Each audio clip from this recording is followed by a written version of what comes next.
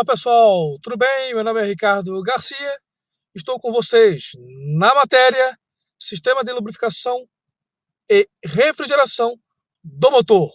Essa é a nossa aula 2, parte 1, onde nós iremos falar sobre Sistema de Lubrificação do Motor a reação. O Sistema de Lubrificação dos motores a reação, neste caso, este sistema está codificado também na ata 179, que é o sistema de lubrificação do motor. E os sistemas de lubrificação utilizados nos motores a reação são do tipo cárter, seco e molhado. Na aula 1, parte 1, nós falamos um pouquinho sobre cárter seco e o cárter molhado. O que seria o cárter? O cárter é o alojamento, é o reservatório onde o óleo fica contido. Cárter seco, esse tipo de sistema utiliza, claro, um tanque de óleo. E o tanque de óleo, esse reservatório, está colocado externamente ao motor. E os cárter molhado, ou até mesmo chamado de cárter úmido, estão, nesse caso, internamente no motor. Ah, mas o cárter molhado, ele é somente para motores convencionais? Não. O motor a reação, ele pode ser de dois tipos. Ele pode ser cárter seco, cárter molhado e a combinação de ambos. Daremos exemplos a seguir. Ok? A maioria dos motores a reação de compressor de fluxo axial, nesse caso, eles usam o sistema de kart seco. Temos aí a imagem de um motor a reação turbofan, só para recapitular, lembrando o que é compressor fluxo axial. O motor a reação ele possui dois tipos de compressores, o centrífugo e o axial, onde nós estamos mostrando a imagem de um motor a reação que possui compressor ou compressores centrífugo. Recapitulando um pouquinho do motor a reação, a área em questão que está sendo exibida em destaque, temos aí a entrada de ar do motor, é o duto de admissão, é o conjunto de fan, ou seja, palhetas. O motor a reação também possui a seção dos compressores, cujo qual nós estamos mencionando, é o formato tipo axial. Qual é a vantagem? O ar ele entra e sai paralelo ao sentido. Esse tipo de compressor ele tem uma vantagem que ele tem, nesse caso, claro, uma grande quantidade de discos de estágio. Quanto maior a quantidade de discos de estágio, maior a taxa de compressão. Consequentemente, esse motor, claro, gerará um empuxo, uma potência maior. Claro, o motor a reação possui tanto o compressor do tipo axial e o centrífugo. Consequentemente, claro, o funcionamento de um motor a reação, tanto centrífugo como axial, está aí.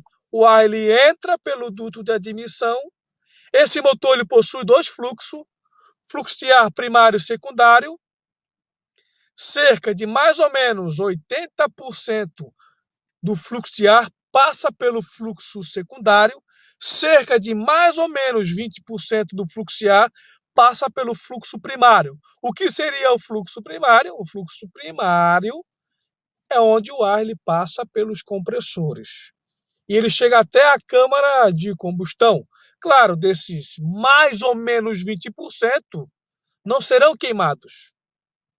Uma certa porcentagem, quantidade de fluxo de ar, passará por uma peça chamada de pneumo-difusor, que tem a finalidade de resfriar a câmara de combustão. Daí, a imagem a seguir é a câmara de combustão. A finalidade do compressor é o que? É entregar o ar à câmara, nesse caso, entrega o ar a câmara de combustão. E a câmara de combustão de um motor a reação e um motor a pistão é chamado, claro, né? Nesse caso, é chamado de combustão interna, pois é onde a queima de ar, consequentemente, claro, já recapitulando o que já foi falado, a queima do ar e combustível, ela é feita internamente, né? Numa câmara de combustão. A queima de ar, combustível, explosão, consequentemente, né? O ar ele vai para a turbina. A turbina ela tem a finalidade de expandir o ar, consequentemente aumentando a potência, e a turbina tem a finalidade de acionar o compressor. A maioria dos motores, claro, a grande maioria dos motores de fluxo axial, compressores, eles possuem um conjunto de compressores, compressor de baixa potência e alta potência. Turbina de alta potência e turbina de baixa potência. O compressor de alta está ligado na turbina de alta no mesmo eixo, chamamos eixo de alta pressão, N2. O compressor de baixa potência e a turbina de baixa potência estão ligados no mesmo eixo, chamamos de N1, consequentemente, baixa potência ou pressão. E é assim que funciona o motor a reação. E claro, olhando tudo isso funcionando, é preciso lubrificar o motor. E a principal finalidade, função do sistema de lubrificação é lubrificar. Posteriormente, limpar e resfriar o motor. Dando sequência, claro, no nosso material, no nosso funcionamento do motor, temos aí o duto de escapamento ou bocal propulsor, que tem a finalidade de orientar, direcionar o fluxo de ar. Falando de compressores, a imagem a seguir é o compressor centrífugo, utilizado sim também nos motores a reações por aí. Claro, vamos, né, nesse caso, né, citar como exemplo o APU, aquela unidade auxiliar que gera energia elétrica e pneumática, localizada em algumas aeronaves, a grande maioria, claro, lá atrás, que tem a finalidade de gerar energia elétrica para a nave durante, nesse caso, uma situação de emergência ou, claro, a situação normal, a aeronave no solo. E, claro, pneumática para dar a partida nos motores e até mesmo condicionar, climatizar a aeronave. A imagem a seguir, como já foi mencionado, é um compressor centrífugo. O ar ele entra paralelo e sai perpendicular ao eixo. Uma coisa que eu quero que vocês gravem, questão de prova de ANAC, o compressor axial, ele é composto de rotor e estator. O compressor centrífugo é composto de impeller, impulsor, difusor e coletor. O impulsor, ele puxa, comprime o ar. O difusor orienta o fluxo de ar. E o coletor entrega o ar, claro, à câmara de combustão. Tá aí. Impulsor, difusor e coletor. Ou seja, compressor centrífugo. Agora, a imagem a seguir é a imagem do compressor axial. Observe que a quantidade de discos de estágios é superior ao centrífugo. Voltando ao nosso assunto, entretanto, alguns motores utilizam a combinação, como já foi mencionado, de kart seco e molhado. Veremos exemplos. Está aí a imagem de um motor, claro, olhando assim, o tanque de óleo, o alojamento está externamente ao motor. Podemos afirmar que é um motor, nesse caso, a lubrificação, nesse caso, o tipo de lubrificação, o tipo de cárter, claro, é o kart seco. Mas este motor em questão, ele possui cárter dianteiro e traseiro, localizado nas extremidades do eixo do motor. Então, é um compressor, é um motor de compressor axial que utiliza o cárter seco e molhado, ok? Então está aí a diferença do que é um cárter molhado, um cárter seco e a combinação de ambos. Está aí a imagem a seguir. Observe o eixo do motor, consequentemente extremidade e extremidade mancais e, claro, reservatório de óleo. Mas quem é que enche esse cárter molhado? É o próprio, nesse caso, o serviço de enchimento do tanque de óleo do cárter seco, lá do motor. Observem a imagem. Já vai estar, nesse caso, completando o motor. Lembrando que o motor, quando ele está funcionando, existe uma válvula chamada anti-leakage valve em alguns modelos de motores. Esta válvula, quando o motor está iniciando, embalando, ela se abre por pressão do fluido, o fluido lubrificante. Consequentemente, o óleo começa a circular na linha de pressão, chega ao motor, retorno e chega ao tanque de óleo do motor. Quando o motor é desligado, a pressão do óleo diminui, cai, consequentemente, esta válvula anti-leakage valve, ela se fecha. Todo aquele óleo que está contido lá no cárter molhado internamente ao motor, ele permanece lá. Consequentemente, o tanque de óleo, nesse caso o cárter seco, ele vai ter aí nesse caso, o seu valor. Se está dentro do limite ou fora. Se está abaixo, claro, ao serviço de óleo. Esse tal de serviço é conhecido como service de óleo. Está na ata 112. Vamos falar agora, pessoal, dos componentes do sistema de lubrificação do motor a reação. Bomba de óleo, todo mundo já sabe. A finalidade, pressurizar o óleo, para que o óleo ele percorra a linha de pressão e chegue, nesse caso, até as áreas a serem lubrificadas. E, consequentemente, a grande maioria também dos motores, a reação possui a bomba de retorno, que tem a finalidade de recuperar o óleo, fazer com que o óleo retorne para a linha de retorno e chegue até outros componentes e, posteriormente, ao tanque de óleo. Bomba de óleo, está aí a imagem, ela é acoplada onde? Na caixa de engrenagens do motor.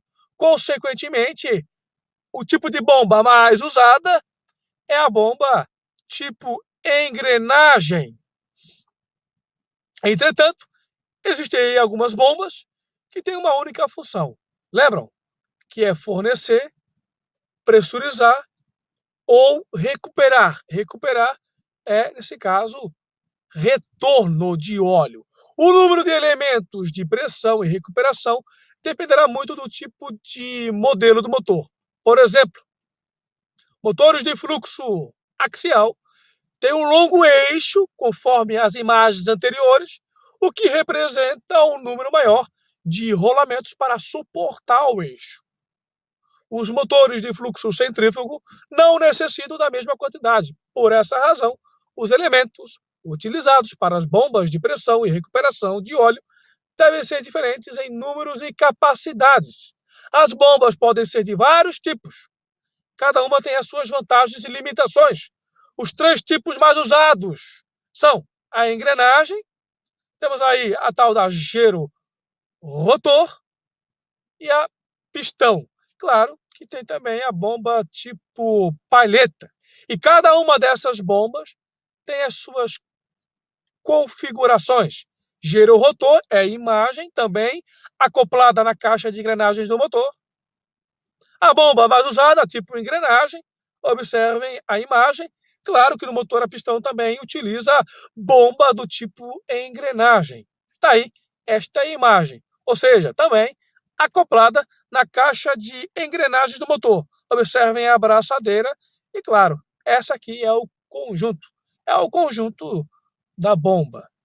Deste lado, pressão. E, posteriormente, do outro lado, recuperação de óleo, ou seja, retorno. Temos aí o outro componente, o filtro, finalidade de reter as impurezas, eliminar qualquer tipo de sedimento tanto fino ou grosseiro. E, claro, existem alguns tipos de filtro. Temos aí o filtro tipo tela, que é o mais bem-vindo também para alguns, nesse caso, tipo de pressão do sistema de lubrificação. Tá aí. O interior do elemento, do filtro, ele é feito de aço inoxidável. Os componentes típicos de um filtro principal incluem o alojamento do filtro, o qual possui a válvula de alívio, ou até mesmo a válvula de desvio. É comum encontrar, claro, né, neste caso, componentes no próprio filtro. Temos aí o corpo do filtro, o elemento que está internamente, e na cabeça do filtro nós temos aí, claro, a válvula de desvio ou de alívio. Consequentemente, a válvula bypass, como é chamado, tem a finalidade de desviar caso o filtro esteja entupido. Posteriormente, não teremos a indicação de baixa pressão de óleo. É mais válido que tenhamos o óleo circulando, um óleo sujo circulando, lubrificando o motor, do que não ter nada. Tá aí a válvula de desvio, como é chamado, ou também até mesmo de válvula bypass. A imagem do filtro tipo tela. Um outro componente é a válvula de alívio de pressão de óleo, que tem a finalidade, claro, de aliviar a pressão. Ela é incluída, nesse caso, instalada na linha de pressão do óleo para limitar a pressão máxima do sistema. Ela é ajustada para aliviar a pressão e desviar o óleo de volta à linha de entrada da bomba toda vez que a pressão exceder o limite pré-estabelecido. E um outro componente do sistema de lubrificação são os bicos ou chamado de esguichos de lubrificação. Estão localizados nas linhas de pressão adjacente ao compartimento dos rolamentos e das junções dos rotores e eixo, ou juntamente com eles. Alguns motores usam jatos de ar de óleo na forma de esguicho, o qual, nesse caso, produzido usando-se a alta pressão, retirado do compressor para as saídas dos jatos de óleo. Alguns motores a reação, para a gente poder, nesse caso, deixar bem claro esse parágrafo anterior, alguns motores a reação, ou seja, quase a grande maioria, vamos colocar aí a grande maioria, o tanque de óleo não possui aí uma válvula de alívio. Consequentemente, o ar que é gerado dentro do tanque, lembrando que o óleo ele é sintético, consequentemente dificultará a formação de bolhas, onde a bolha há ar, consequentemente este ar, se for gerando um ar, a evaporação do óleo, consequentemente, há uma linha de ventilação e este ar ele vai ser entregue para refrigerar o eixo do motor. E o ar, passando pelo eixo do motor, ele vai sair lá atrás do motor. Olhando a imagem traseira do motor, esta região por onde passa com a seta é o fluxo de ar secundário. Esta região é o fluxo de ar primário, ou seja, aqui é a região da turbina de baixa potência. E nesta região é por aqui que sai o fluxo de ar vindo lá da linha de ventilação. E é chamado de fluxo de ar parasita. Manômetros de pressão e indicador de temperatura também são incorporados, pessoal. Aonde? Nesse caso, na linha de pressão. Tem a finalidade de medir. É um sensor de transmissão, medir a pressão e a temperatura do óleo. Manômetro, pressão. É para a medição da pressão do óleo. É colocado logo após a saída da bomba, para monitorar a pressão do óleo saindo da bomba. E para medir, nesse caso, a pressão do lubrificante no caminho até os esguichos ou até mesmo, né, bicos de lubrificação. Segue aí a nossa imagem, temos aí do lado esquerdo é o sensor de temperatura ou transmissor, e do lado direito nós temos aí o sensor ou transmissor de pressão de óleo. Localizado, claro, é comum encontrar na linha de pressão de óleo. O transmissor, tanto pressão e temperatura, eles têm a finalidade de enviar esses dados lá para uma unidade. A apostila não cita. É o tal do EEC, é o controle eletrônico do motor. Ou seja, é o cérebro do motor. Consequentemente, ele capta esses dados, transforma-os em dados, neste caso, analógicos, envia para uma outra unidade, uma unidade de exibição, que tem a finalidade de converter os dados analógicos vindo do cérebro do motor e converter esses dados em digitais para a cabine de comando. Pessoal, maiores informações para um tipo específico de motor, há um curso de extensão, o modelo é o GE CFM 56-7 Bravo. É, nesse caso, claro, né, lá nesse curso é falado desse modelo em questão. A nossa parte de fotografias, iconografias, podemos dizer assim, nesse caso, a nossa fonte é baseado no motor a reação, o modelo, nesse caso, fabricante GE, modelo CFM 56-7. Temos aí a imagem, claro, da nossa indicação, tanto de pressão de óleo, temos a temperatura de óleo na parte inferior e a quantidade de óleo. Dando sequência, os 2 métodos mais comuns para a obtenção da indicação da temperatura do óleo são o encaixe com um termopar na linha de óleo ou um bulbo de temperatura na linha de óleo. O medidor de pressão do óleo, grave isso, localizado na linha de pressão entre a bomba e vários outros pontos do sistema de lubrificação. O medidor de temperatura está normalmente localizado na entrada de pressão do motor, ou seja, também, resumindo o que foi falado, na linha de pressão do sistema de lubrificação. Tá aí, lado esquerdo, transmissor de temperatura, lado direito, o transmissor de pressão de óleo, o manômetro. Logo abaixo, a indicação de temperatura. Claro, tem a finalidade de enviar essas informações para o cérebro que controla o motor. Lembrando que os motores são fly-by-wire, eletrônicos. A tecnologia avançou muito mais rápido do que a apostila, claro, de ensino que nós utilizamos, claro, né, da ANAC. A nossa apostila, ela não tem nada a ver com a entidade, nenhuma das entidades tem a ver com a apostila. A ANAC, claro, né, o setor da ANAC, ele regulamenta os cursos, claro, e o material para estudo de prova da ANAC principal é oriundo, né, da Agência Nacional. Claro que a gente manipula a apostila, coloca umas fotos mais coloridas, claro, até mesmo para mostrar para vocês o que é o componente em questão.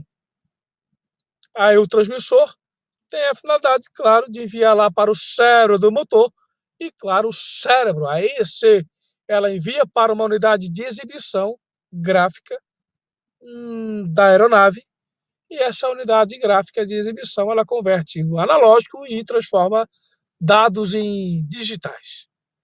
Um outro componente é as válvulas unidirecionais do sistema de lubrificação. Às vezes, claro, são instaladas na linha de alimentação do sistema de óleo para o cárter seco no sistema. Podem ser também chamadas de check valve. E a finalidade da unidirecional é somente uma passagem. Ela possui somente uma passagem. Quando corta o motor, consequentemente, diminui a pressão, fecha a válvula e todo o óleo que está contido no motor, ele permanece no motor. Alguns aviões chamam de anti-leakage valve, conforme a imagem. Temos aqui a imagem de uma válvula unidirecional.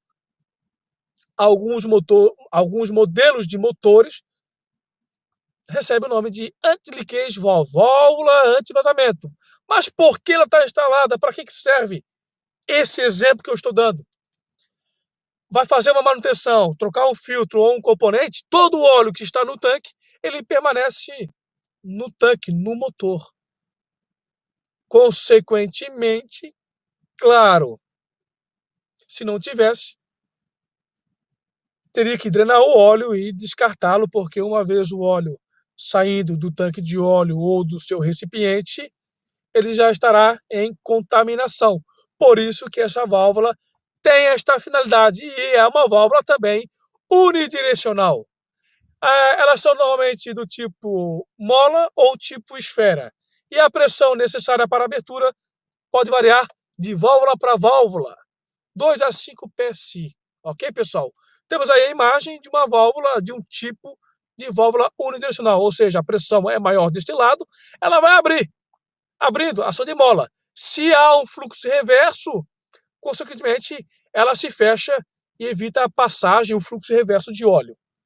Se corta o motor ou desliga o sistema, consequentemente, a ação da mola tende a fechá-la. Válvulas termostáticas de desvio, ou seja, a válvula bypass do sistema. Apesar de todas, nesse caso, destas válvulas, poderem ser chamadas por nomes diferentes, o objetivo principal é de manter sempre uma temperatura adequada do óleo do motor, através de uma variação de fluxo de óleo que passa pelo radiador. Opa, mas o motor a reação tem radiador? Ele até tem radiador, mas o motor a reação, o óleo que lubrifica o motor a reação, ele é resfriado por trocadores de calor. O óleo do gerador do motor a reação, chamado lá o gerador, tanto IDG como CSD, possui sim um radiador. O óleo do gerador, ele é independente do circuito do óleo do motor. O óleo do gerador ele pode ser resfriado por duas maneiras: trocador de calor, combustível e, claro, o ar. E a válvula termostática ela não vai abrir constantemente quando a temperatura do óleo estiver fora de trabalho. Temos aí um outro componente, o trocador de calor, que é diferente, claro, do motor a pistão, que é chamado de radiador. O trocador de calor, combustível e óleo foi projetado para o resfriamento do óleo. Lembrando que o óleo quente ele aquece o combustível frio e o combustível frio ele vai resfriar o óleo quente. Essa é a função do trocador. Ah, mas o óleo e o combustível se misturam? Não. Observe a nossa imagem, uma imagem ilustrativa de um componente, claro, do nosso componente em estudo, o trocador de calor. Temos aqui, nesse caso, a entrada de combustível. O combustível ele passa por uma tubulação em formato de zigue-zague, ou seja, serpentina. E a peça ela é embebida com óleo. Observem que nós temos aqui, claro, né, nós temos aí a nossa válvula de controle de temperatura de óleo. Quando o óleo está fora da passagem, ou seja, está fora da temperatura de trabalho, consequentemente o óleo ele vai embeber a peça.